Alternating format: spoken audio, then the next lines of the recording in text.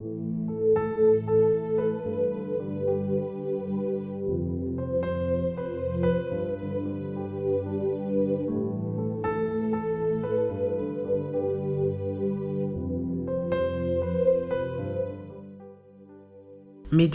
du 18 novembre, miracle au jour le jour. Il s'approcha et toucha le cercueil. Il dit, « Jeune homme, je te le dis, lève-toi. » Et le mort s'assit et se mit à parler. Jésus le rendit à sa mère. Luc 7, 14 et 15. C'était sa seule fille. Elle était la réponse à de nombreuses prières. Les médecins lui avaient certifié qu'elle était stérile. Et encore.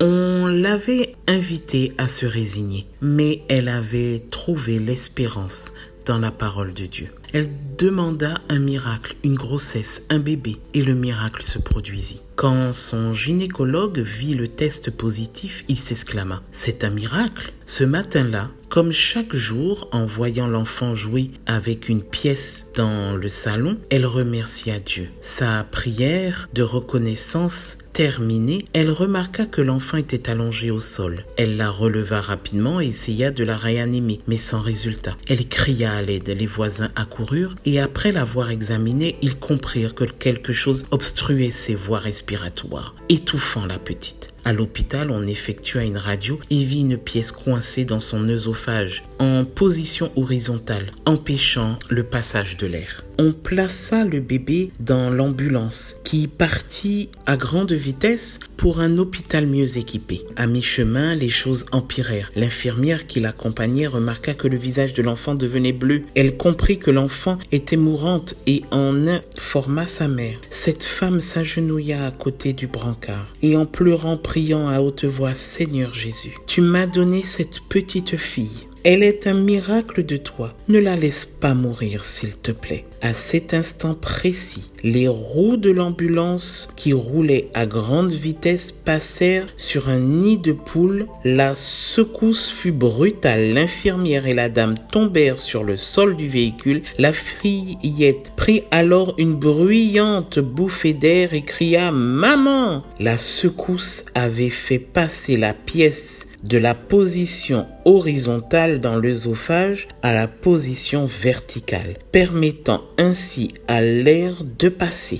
La mère et l'infirmière s'étreignirent pour célébrer ce retour à la vie. Chers jeunes, les miracles se produisent au jour le jour autour de nous, les grands et des petits miracles. Te sens-tu mis de côté dans la vie, impuissant face aux soucis de tes études, limité par la condition de tes relations, lié par les superstitions qui existent dans ce monde? Un miracle peut tout changer. Jésus veut toucher ta vie. Tu as maintenant l'occasion de remercier pour ces petits miracles qui se produisent tous les jours autour de toi dans ta vie et dans celle de tes proches. Excellente journée, que Dieu te bénisse et à demain si Dieu veut.